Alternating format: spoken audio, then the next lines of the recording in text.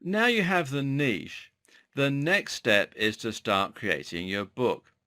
This is where a lot of people will get put off, but even if your English is terrible, I implore you to keep watching because there are ways around that.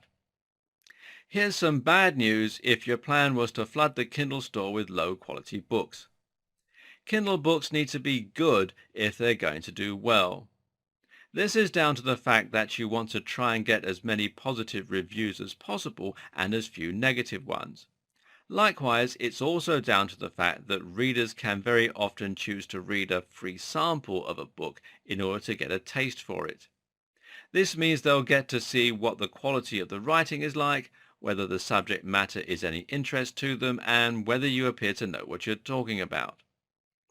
And if your book is low quality, well, then they won't be very likely to order the full thing. Likewise, some textbooks allow students to rent the book for a while on a 7-day free trial. If you have created an e-textbooks for students, and this is an interesting alternative to the career option, then again you need to ensure that it's good if you're going to hold their attention for long enough.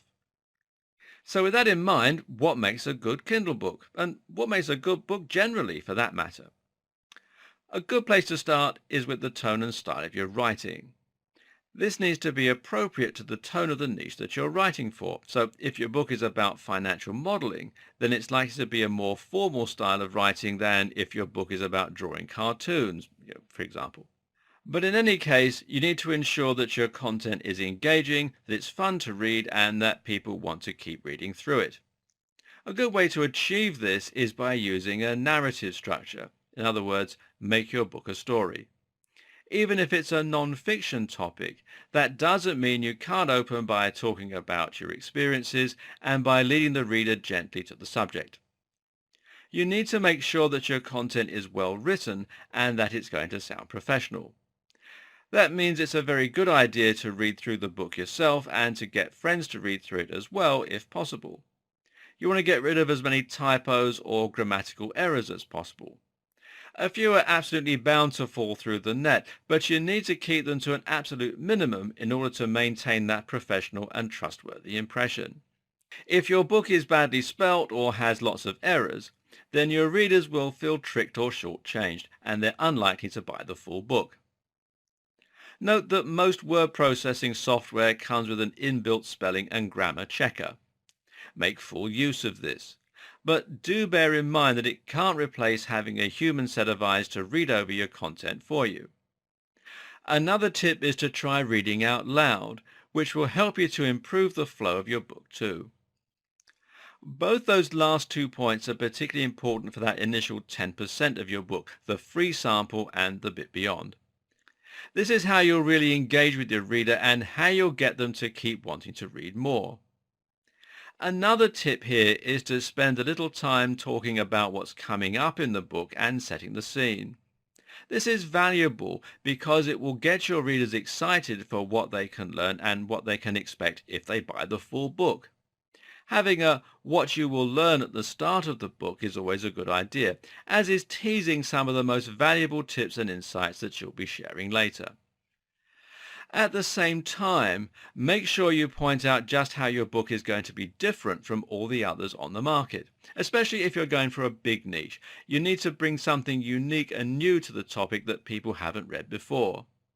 If it's a book containing workouts, then you need to discuss the unusual and little known training methods found in that book that no one is aware of. That said, though, you don't want to waffle on with so much promise that it looks like you're just padding out the book. Aim to share at least one actionable tip in your intro that will impress your readers so that they will believe they can get more like that if they keep reading your full text. As well as ensuring that your book is well written and that you're providing real value, you can also improve the impact that your book has by thinking about some other aspects. One important thing to consider, for example, is the length of your book. Of course, longer books will at least appear to provide more value, so you need to ensure that your book is long enough to look like it's worth the money you're going to be charging. The longer the book, the higher the price tag that you can get away with. Of course, though, it's not all about the length. There are many other factors that are equally as important, such as the value of what you're sharing. Try to ensure that you're ticking both boxes. Have a long book that is nevertheless densely packed with useful and actionable information. A good standard length is 10,000 words. This is long enough that it will feel meaty and won't get complaints. At the same time, though, you can probably go down as low as 5,000 words, and there's no upper limit in terms of how long you want to make the book. If the mood takes you, you can make your book 50,000 words long. Make sure that you feature that prominently in the description, though, so that people recognize they're getting extra value. That length is a selling point. Another consideration is imagery.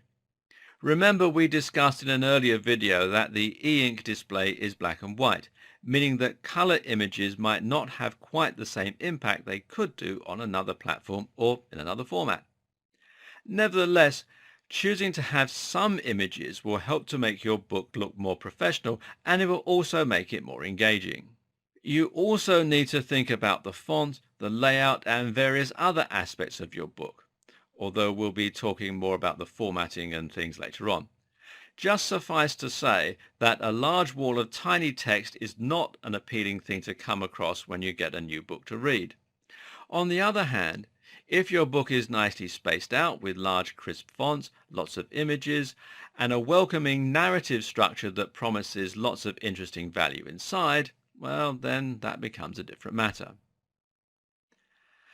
Now, some people might be watching this and wondering how on earth they can possibly write a book that's 5 to 15,000 words long and format it all beautifully.